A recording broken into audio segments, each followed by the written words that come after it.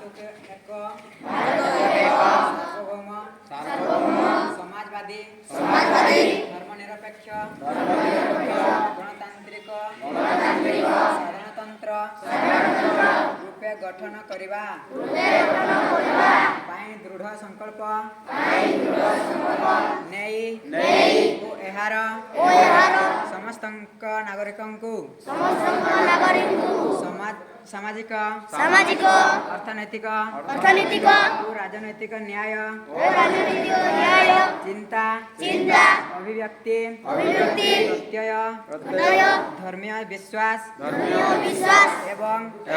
ଉପାସନାର ସ୍ୱତନ୍ତ୍ରତା ବୃତ୍ତି ଓ ସୁବିଧା ସୁଯୋଗର ସମାନତାର ସୁରକ୍ଷା ପ୍ରଦାନ କରିବାକୁ ତଥା